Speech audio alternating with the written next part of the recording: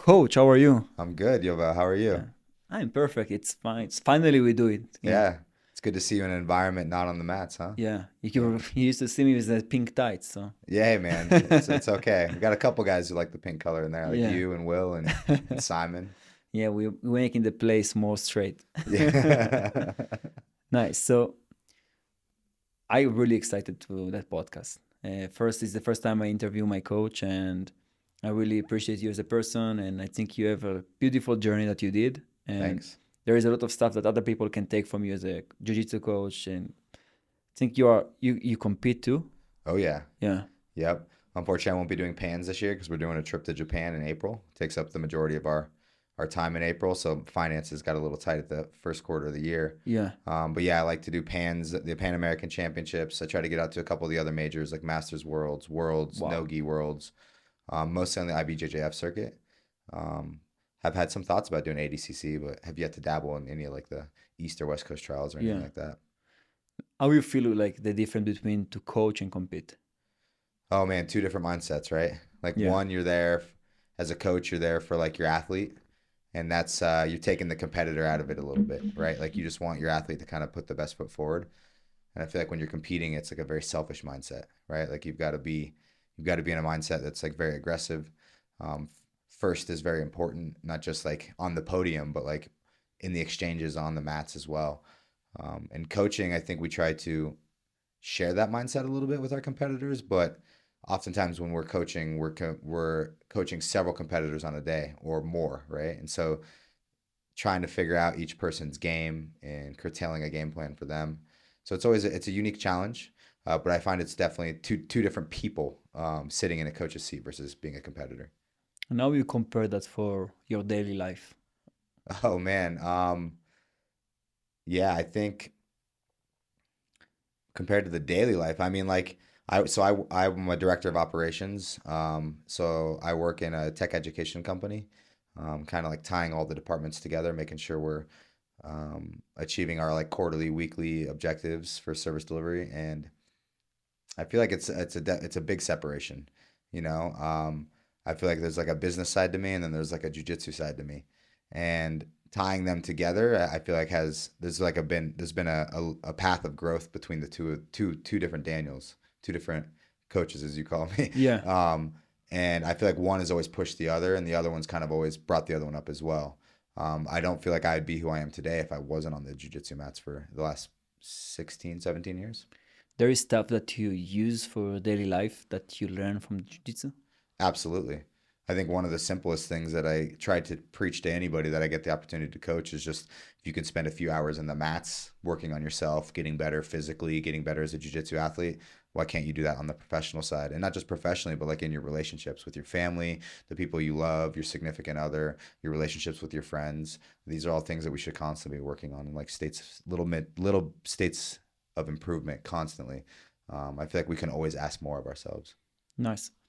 And I will ask another question about that. What is the main value that you take from the jiu-jitsu to the daily life at work? I think I call it the bleed over effect, and it's what I kind of was just speaking to a little bit too, right? It's that idea of constantly asking more of yourself, where can I sharpen my skills a little bit better? Um, Again, like if you're constantly in a state of hunger for more knowledge, I would say not a, I wish I could use the word perfectionist, but perfection is never an achievable state, but always it's the pursuit of betterment and improvement. That's what I see for myself, and I try to get back to the students is again, it's like that bleed over effect. You want to be really good at jujitsu, and then that desire starts to bleed into the rest of the aspects of your life. That's interesting. And now when you coach other people and they compete and they lose, what you try to tell them as a coach if someone like it is his main thing in his life to train and compete jiu-jitsu and he lost. It's like the worst thing that can happen. Yeah, Even yeah, what you try to tell them, like how you make them face up again. I think it's something that was repeated to me when I was in those shoes too. It's that sometimes when we go out to put our best on a mat on any particular day, you when you sign up for a competition, you have a day in mind. Yeah. You have a training camp, you ramp up, and then you try to be your best version of yourself on that one particular day. But Okay. unfortunately, the majority of times you have 99% of competitors who aren't going to be the winner, right? You have only one person rising to the top on that top podium. You have to remember, like, who you are on that day might not be who you are at jiu-jitsu. Like, that might not be the best version of yourself always. Sometimes you do rise to the top, but it's a constant state of chasing to get to the top of the podium.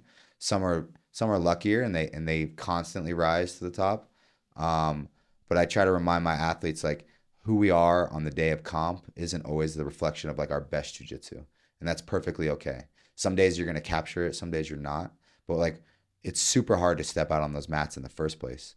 And like, every bit of fear that you have inside yourself about your opponent, that person's also feeling the same thing. So it's like this duality at play constantly, the doubt of your ability to actually achieve the goals that you're setting out to achieve, but also believing enough in yourself. And that's that competitor mindset, being very selfish, where when the challenge does happen, you can arise to it. And knowing that even though you rose to it, sometimes there's just going to be a moment where it just didn't break the way you wanted. And it's perfectly okay. I talk to my wife about this all the time. Like, she's got a show that she's putting on, a recital. She's a music coach. And today she's going out and she's accompanying a bunch of her students during this show, this recital. And she's like, well, what happens if I mess up? And I tell her all the time, like, the work you're putting in, like, all the people sitting in those seats, they've never even dedicated that amount of time to anything in their life. So like, that's a separation within itself. Like, you're a professional in that sense. So if like you're putting a bunch of time in and going out to compete, realize that like all your friends, all your buddies who show up to cheer you on who don't do jiu-jitsu, they might not have anything in their life that they put that much into. So like, even though you came up short a little bit, like, you're the hero to them in their story. And I think that's like an extremely important thing to be constantly reminded of, is like, yeah, we all want first place or we all want a podium, right? But that's not always going to be the case. I think like you've felt it a little bit recently, right? Got into the finals in the last two competitions, come up second, right? And what do we draw from that? That you were good for moments, but at the end, we have some things that we can improve on in order to get over that hump. And even if we don't get over that hump, it's not reflective of who you are as a jiu-jitsu athlete. You're not a second place jiu-jitsu person. You're a jiu-jitsu practitioner at heart, and you're going to continue to work on improvement. And like, that improvement will come with many accomplishments and many failures, probably more failures than accomplishments. And that's like what it's like in the training room as well. Yeah. You fail more than you actually succeed, but that's how you get good at succeeding. And this is why I try always to train with the higher belts. Like with Jade, I always like do trash talk with him only to make him pissed off about me, and then he tried to kill me. Yep. Yeah, it's important that you're always trying to draw the best from your teammates, and that your teammates draw the best from you. And I think it's important in like any jiu-jitsu room that you have like sort of like a somebody you're kind of on par with all the time, and then people that you know who are better than you, that you're always trying to get rounds in, steal the way they think, steal some of their moves. You'll always have somebody that you're emulating, so like a style of play of jiu-jitsu. Or like, if you're a rock and roll artist, like a style of rock and roll you want to play. If you're a musician, if you're a business person, you always have somebody you're striving to be like. But at the end of the day, that emulation is only going to take you so far. Eventually, your skill will rise to the point where emulating is no longer needed, and improvisation to improv. Okay. I don't know why it was so hard, but to improv is going to be something that will start to come more natural for you, where you can get into the flow state of things. And I think the flow state is where like the true art starts to speak to itself. Nice. No, I fully agree with everything that you say. I train teenager to the army, and like, they train for 1 week. Like, all the training is for 1 day, and then if they pass the 1 day, they train for 1 week. And it's going to be 4 years for 1 week, and if you not succeed, there is no other option. And they're trying to be in the best elite unit in the world. Yeah, that's the IDF, right? The IDF, yeah. Yep. And when you do the week and you fail, and they come, I remember myself, I did the week, I succeed, I got to the unit that I wanted, and then after they told me like, you cannot be here because when I was 16 years old, I did a test. You did a test, and in that test, you see 16 years old teenager in front of a test, and it's not school. You say, fuck that, what I need to do that, and like pa. And then I got bad score.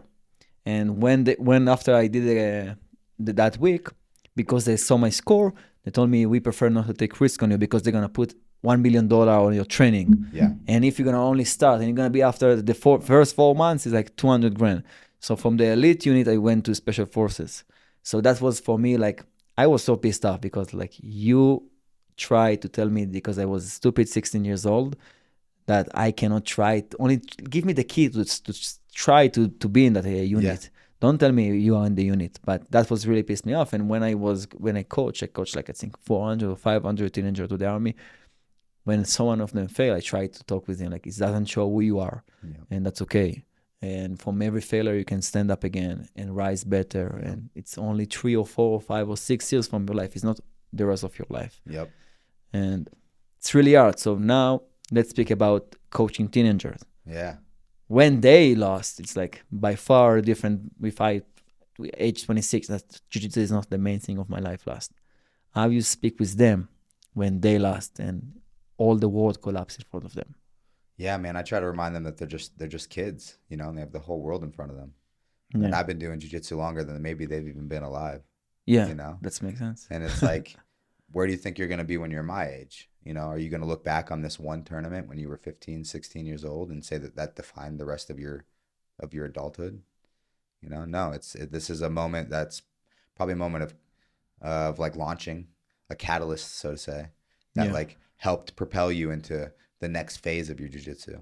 I think losing is super important though too, right? Okay. Like from losing, we draw on specific details that we then become hyper focused on. Like when you record one of your matches and you lose that match, you see the moment. You know when you watch it, that's right where it happened.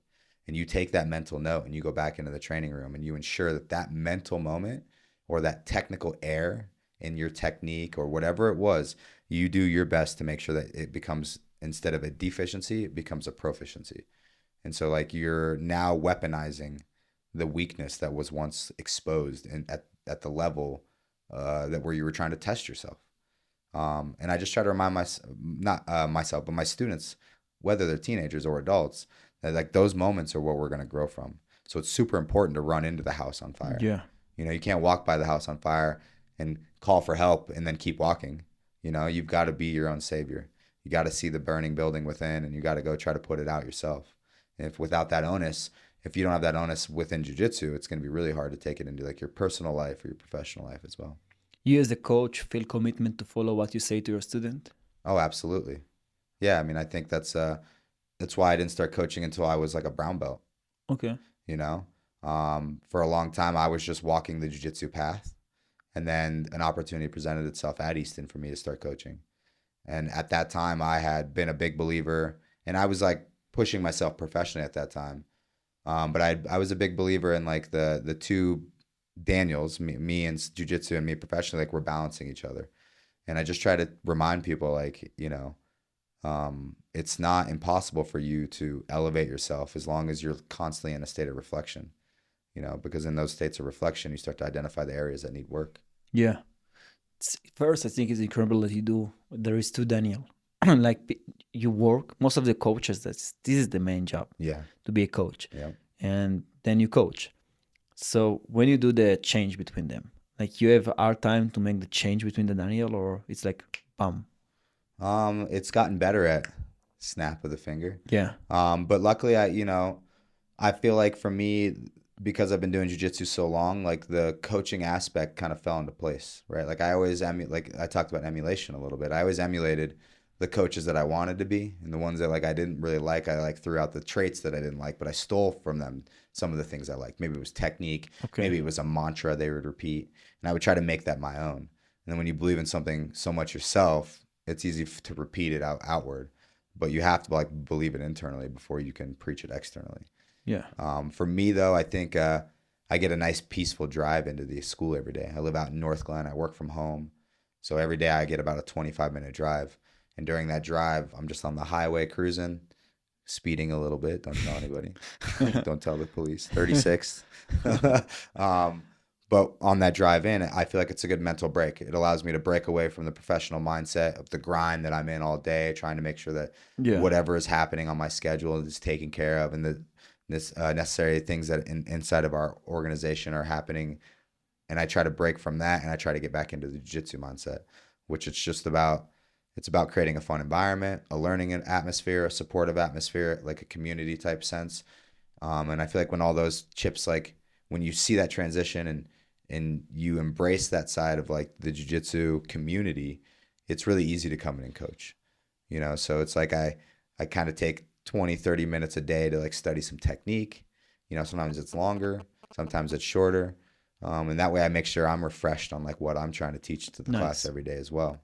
But I feel like that transition and that drive is where that's where I pull it from right now. Yeah. Yeah. So now I will ask you a little bit different question. Mm-hmm. The podcast is the way of the 1%. Yeah. What is the difference between the 1% of your student that really good, you can see, even you can see when you look about them, you can see that they're gonna get successful future, Yep. and the value is great, then the other 99%. Yeah. You're asking me what the difference is. Yeah, what do you think is the different, and what is the value that the 1% have that the other does not have? I think the 1%ers are very humble in their approach. They're quick to say, I don't know this. They might move well. They're people that can be coached very quickly. You show something, you talk about something, they understand the concepts very quickly. But the areas that they don't understand, they're humble in. They say, hey, they're not going to sit there and just BS you through it and say, yeah, oh yeah, I know all about that. Don't worry about it. Don't talk about that. I feel like the 1%ers open up and they're saying, oh, tell me more. They're hungry to learn and fill those gaps of Yeah, knowledge. nice. And there is like more stuff that you think that different.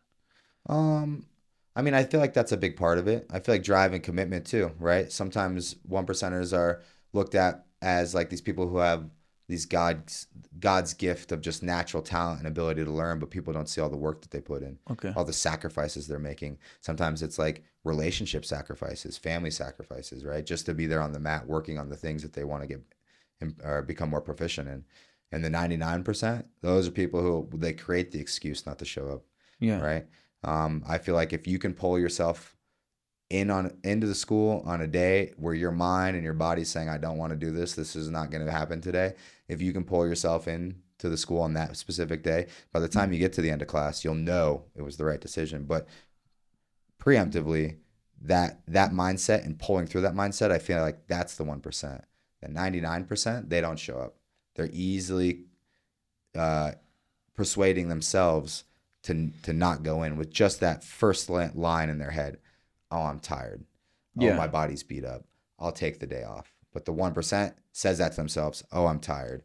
My body's beat up. I'll take the day off. And then the little voice comes into their head and says, no, you won't. You're going to drag your ass in there today. Because today is the day where you're going to get better at something because you're not in your best state. And I feel like when we're not at our best, we're not just training in an environment where we're trying to win every match. Maybe we're saying, okay, I'm going to go in today, not my best shape. I'm going to work on something that I suck at. Maybe it's just escaping bottom of side control. It doesn't take a lot of energy or effort to put yourself into the bottom of side control. Yeah. Does that make sense? Yeah. There is moment that I want to kill the small voice in the head that told you, no, you cannot stay home. You cannot stay in bed. Yeah. Yeah. But I feel like we all need that voice too, right? We have to. Because it's the most important voice. Yeah, that overcoming of it is like what reprograms our brain to like be more like have more perseverance, right? Yeah. Like it's easy for us to doubt ourselves. It's easy for us to give up.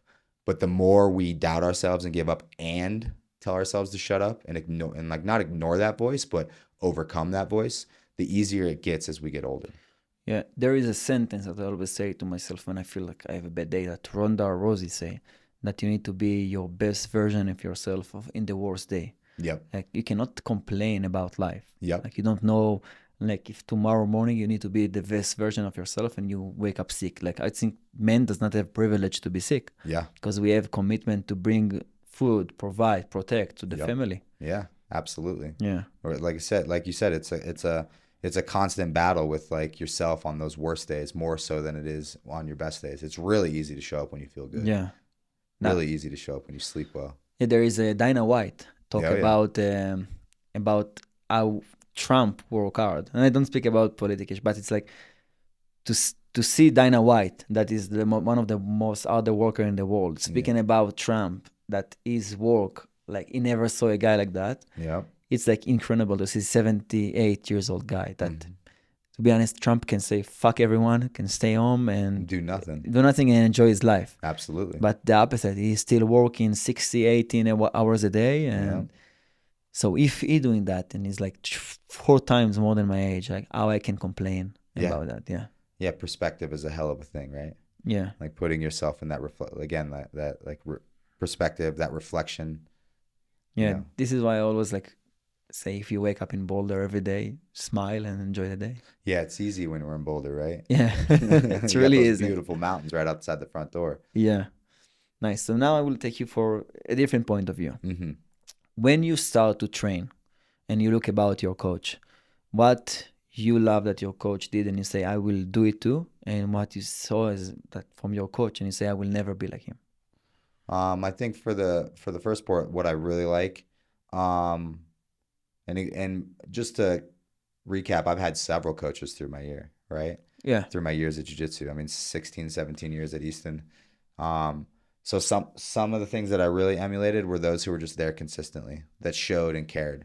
My current professor, he gives free time to all the coaches, and specifically if you're like a competitor, he like pours more time into you because he knows as a competitor, all the other students, especially if you're a coach and you're a competitor, all the other students are going to constantly be looking at you, trying to emulate you, not just your jiu-jitsu, but like who you are as a person. So he's taken a lot of time to, one, work on my jiu-jitsu, but two, like work on like me as like an individual, as a young professional, pouring time in to make sure that like I'm not just good at jiu-jitsu, but I'm a good human being, and I feel like those are traits that I want to continue to pull from him. Yeah. Some of the bad things I've seen from coaches, it's kind of like a thing you hear in jiu-jitsu. Maybe it's not as prevalent as it used to be, but like I've had coaches in the past who were kind of predators on the mat, right? Like would take an interest in a woman, give the woman free private lessons, all with alternative motives, and so those are things that I never wanted to be. Yeah. Right. Like I never wanted to be somebody who was purely here to coach, to benefit for myself and my ego, right? My ego has been checked at the door so many times. I know I'm not the best at jiu-jitsu, right? But I try to be the best coach that I can be. And it's not for my ego to be pleased through those deviant thoughts that maybe some other people were motivated by. And that was like really hard for me because this was somebody I had a lot of respect for, somebody that I took private lessons, I paid to take private lessons with. Remember the coach that I was just talking about, I really like, gives free time. No, it doesn't make me pay, right? Literally takes time out of his weekends when he doesn't have to be there to give 2-hour-long private lessons to a group of coaches, right? Really works with the competitors versus the other one was there just to take a little bit of money. And then when he would see some young lady that he liked, he would approach her and ask if she wanted free privates, all with alternative motives in play. And I just thought that was absolutely like horrendous. Oh, that's amazing. My first jiu-jitsu coach after the army, he's really remind me you in everything that you believe and everything that you act in. And he almost was in the UFC, by the way. He Awesome. got this teammate is one of his best friend of the guy that he fought against in the contract. Mm-hmm. And a week before the fight, he gave him knockout. Mm. And when he went to the fight, he went to a takedown. And because he got the hip in the head, after you get a knockout, a week before you get easy another knockout. Mm-hmm. And he get another knockout from the takedown that he tried to do. And he lost the fight because he got a knockout week before. Mm. And he was like incredible MMA fighter, and always in the UFC, and that's like kind of kill his spirit, like because someone betrayed him, and he felt really bad. And then he say, "My dream is to be a coach." And he back to Israel, and after the army, I found him, and he's always like tried to give me so much stuff for life, not only for jiu-jitsu. And he teach me how to be a fighter and how to use that. And today, like my jiu-jitsu is like part of my life, and I really feel connected to jiu-jitsu. And you always say the mat is the microcosmos for the real world. Mm-hmm.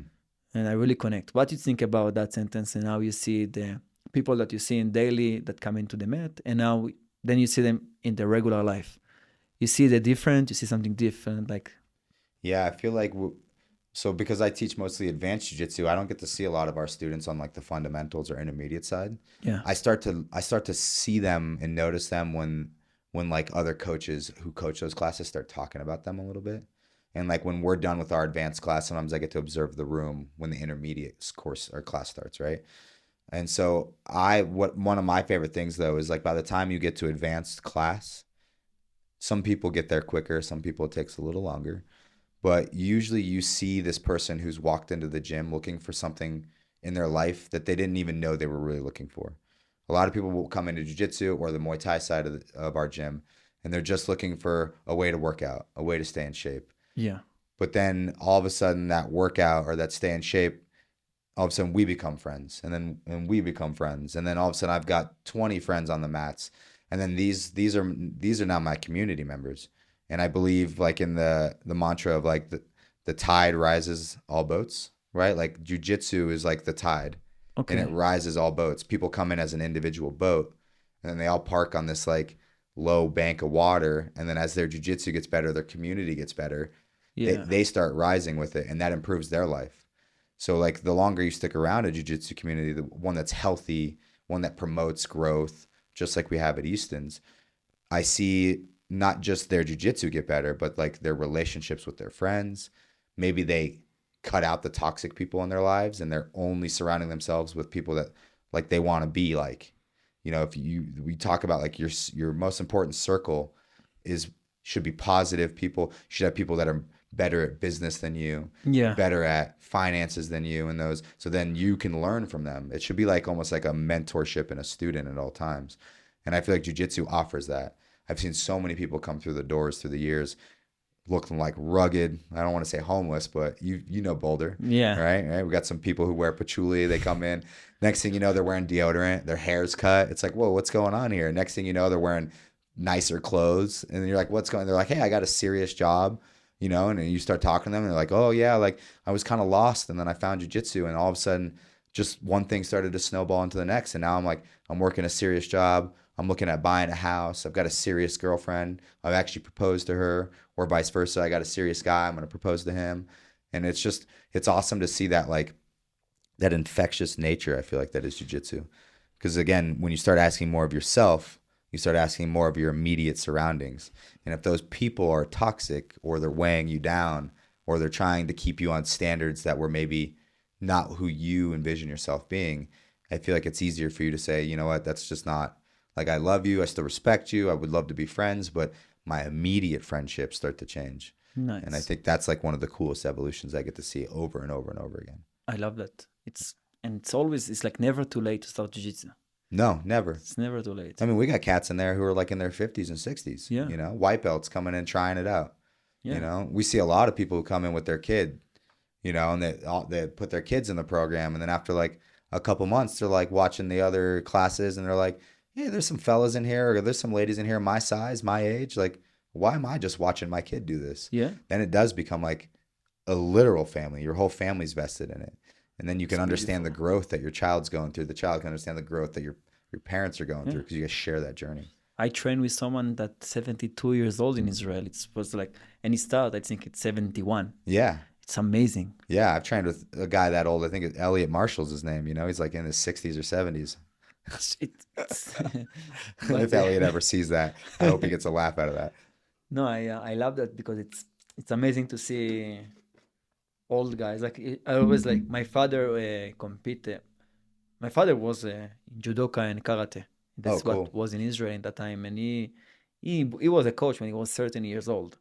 There was no he grew up in Ashdod, Mm-hmm. small city, just start everything. I think there was like maybe 50,000 people. Most of the people not speak Hebrew, they speak Moroccan, they speak Persian, like all the Jewish come from all over the world.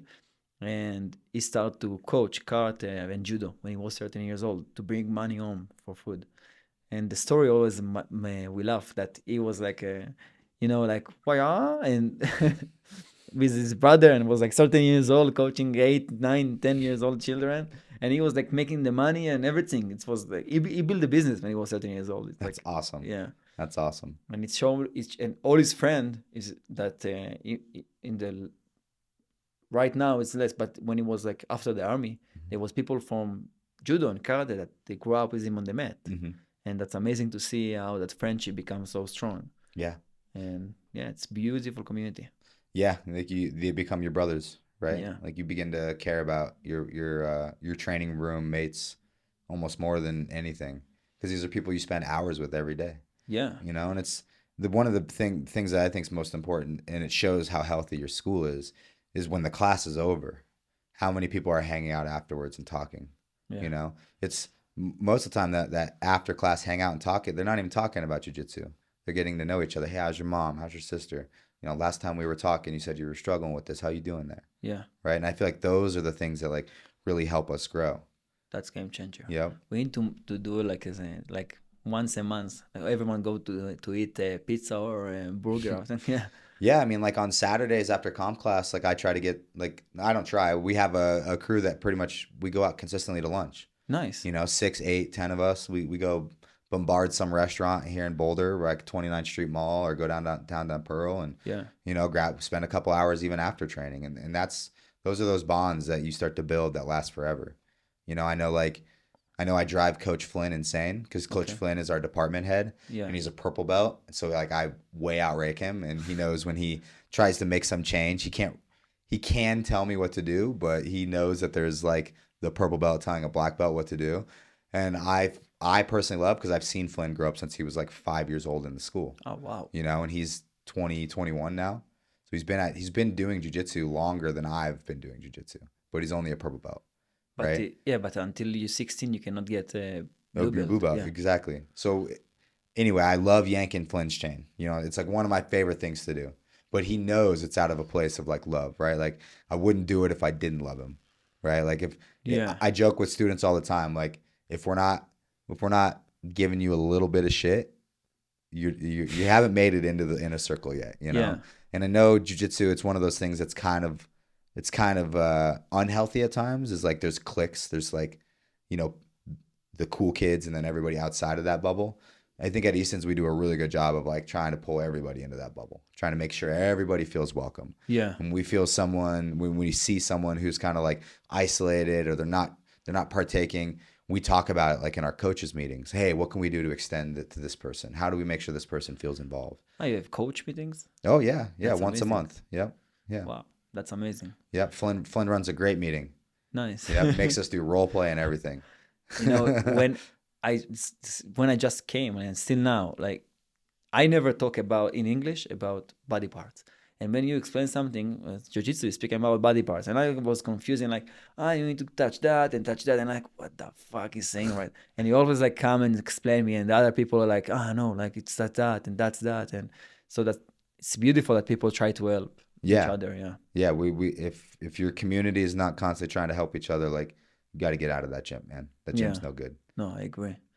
So for the last part of the podcast, Hmm. I want to ask you about the best advice that you can give to coaches, and then the best advice that you give to people that compete in jiu-jitsu, and then I will ask you another advice. Yeah. So coaches, it's a short one. They don't know how much. They don't care how much you know until they know how much you care. Okay. Right. Pretty short. Right. And I feel like that should be like a mantra. You got to care about the person first. You got to show them that you care. And once they know that you care, then they'll start to care how much you know. So like when I have new people come in class, I try to learn their name. And sometimes I'll go up to somebody, like I got a cat right now. His name is either Josh or Ryan. And I call him one and he's always like, it's Josh. And then I call him Josh and he's like, it's Ryan. And I don't know if he's messing with me at this point, you know? Yeah. And his name might even be Kevin, right? But it's that camaraderie, that back and forth, And then when I start to develop a relationship on that, I see that not just him, but students, they pay attention more. They ask questions. They raise their hand. They're not afraid to ask something. So I think that's super important. Something I can give to the competitors. I think it's something that was kind of taught to me. There's a difference between training room jiu-jitsu and competition jiu-jitsu. When we're taking class like Monday through Thursday, those are just training room hours. Those are hours where your jiu-jitsu is a little more playful. You should be exploring your technique. It shouldn't be about winning every single round. When you get to like your comp class or into the competitions, very selfish. Those are the rounds that you need to be winning, and winning decisively as much as you possibly can. So you shouldn't care so much about how your opponent feels especially if it's one of your training partners that you train with all the time. If it's comp class, it's labeled on the schedule as competition class. If you're the better jiu-jitsu practitioner, you should be winning a lot. And it's as simple as that.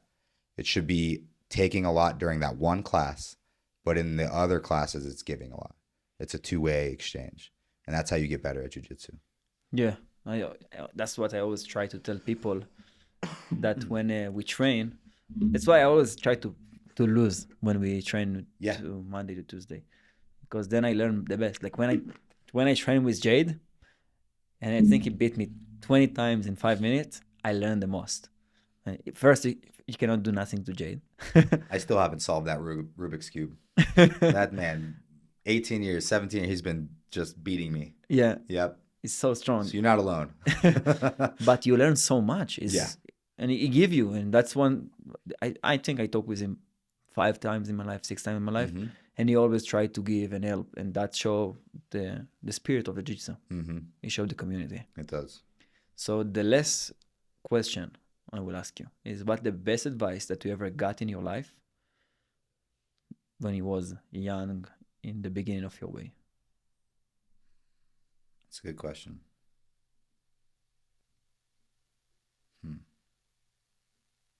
I'm pretty quick to answer something like that, but I want to give it critical thought.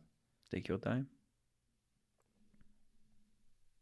I don't know if it was actually given to me, but it was said by Mike Tyson once. Do something like that you hate, like you love it. And for a while, I hated jiu-jitsu because I was one of the smallest guys in the room. And you know how it is. Like, you're a white belt becoming a blue belt. You get your blue belt, it's a good feeling. All of a sudden, you're just getting beat on by everybody. When you're on the smaller end of the size, that doesn't stop. And then when you get from blue to purple, you think, oh, new level unlocked, new abilities, right? Like your ability bars in your video game, they grow a little. It's a lie, right? Then you get to brown belt and you get to black belt. I felt like that's when I started loving jiu-jitsu, was when I could trust my jiu-jitsu to take care of me, but also I could start to actually like win against people who were like had size, were stronger than me, because my technique was finally starting to develop to the point where it was proficient enough to stand in front of a room and offer technique advice to people. And that's when coaching opened it up to me. So I think the best piece of advice, or some of the best words I ever heard, was do something that you hate like you love it. Nice. Yeah, right. Jiu-jitsu, it's you don't know nothing until you black belt, and then you just start to learn again. Oh, that's the truth, my friend. I thought when I got my black belt, it was it. And then I started competing. So there's a big part of that too. I never competed from blue belt till brown belt. Oh, wow. And then when I got my black belt, I started competing again. Wow. So my first competition was Pans in Florida. Went out there, paid some money, decent amount of money, went 0-1. You know? Yeah. That's like one of the worst feelings you could ever have as like a competitor. But I learned more going out there, competing, staying in a room by myself, nobody else out there, very few teammates out there. Luckily, my professor came out and his wife came out. So there was that support environment. But it's a very lonely feeling at times. But I feel like it's that journey where we grow a lot. So I jumped back into the competition side because I hated it. But I did it like that, like I loved it. And eventually I learned that like it was the best thing for me in jiu-jitsu. And maybe I should have done it more before black belt. Yeah. Nice. Yeah. Pretty crazy. That makes sense to do it more. Yeah. Yeah. You get better at it. Then you understand the two different sides of who you are as a practitioner versus a competitor. That's hard for me. Even for me, that I was needed, like they trained me to be like from bed sleeping in 1 minute to be ready to kill someone with a gun and to war. And even for me, it's still to make the change, the different, it's take me time. Yeah. Coach Daniel, thank you very much for everything. I appreciate that. I appreciate it. Thanks for having me on. Thank you. Yeah, buddy. Good stuff.